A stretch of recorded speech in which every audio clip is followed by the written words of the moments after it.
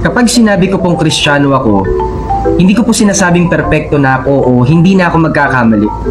Ang ibig sabihin lang po nun ay pinatawad na ako ng Diyos sa aking mga kasalanan, nakakatiyak na po ako ng aking kaligtasan at ngayon, tagasunod na po ako ni Kristo. Masasabi lang nating ligtas tayo kung nahatulan na tayo.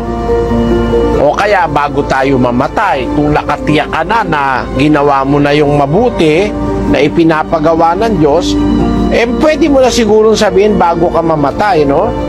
Pakinggan mo si San Pablo kasi minsan nagsabi ng ganyan Pakinggan natin muna nung hindi pa siya mamamatay.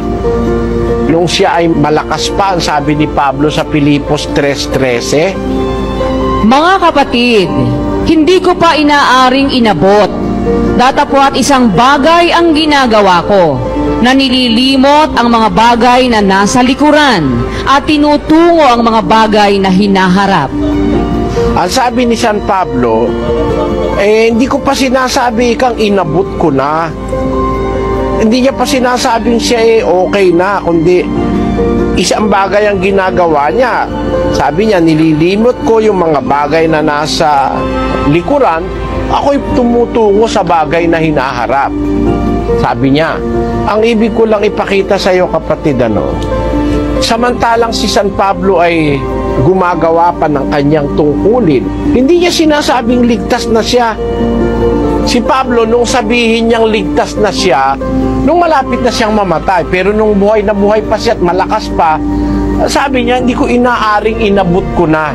Pero nung mamamatay na siya, basahin natin yung 2 Timoteo 4. Sapagkat ako'y iniaalay na, at ang panahon ng aking pagpanaw ay dumating na.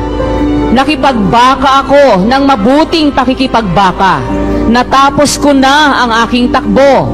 Iningatan ko ang pananampalataya. Buhat ngayon ay natataan sa akin ang putong na katwiran, na ibibigay sa akin ng Panginoon na tapat na hukom sa araw na yaon.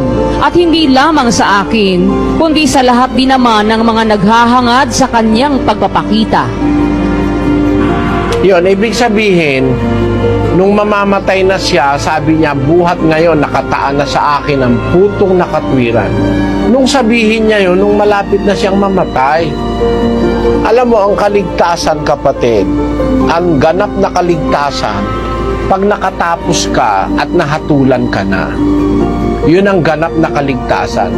Maaari ngayon sabihin mo, ligtas ka na sa dilim, ligtas ka na sa panluloko, nakaalis ka na sa mga kasalanan. Maaaring masabi mo yun, pero yung talagang ganap na kaligtasan na ikaw magiging dapat na talaga sa Diyos, nasa hinaharap pa yun Nasa hinaharap.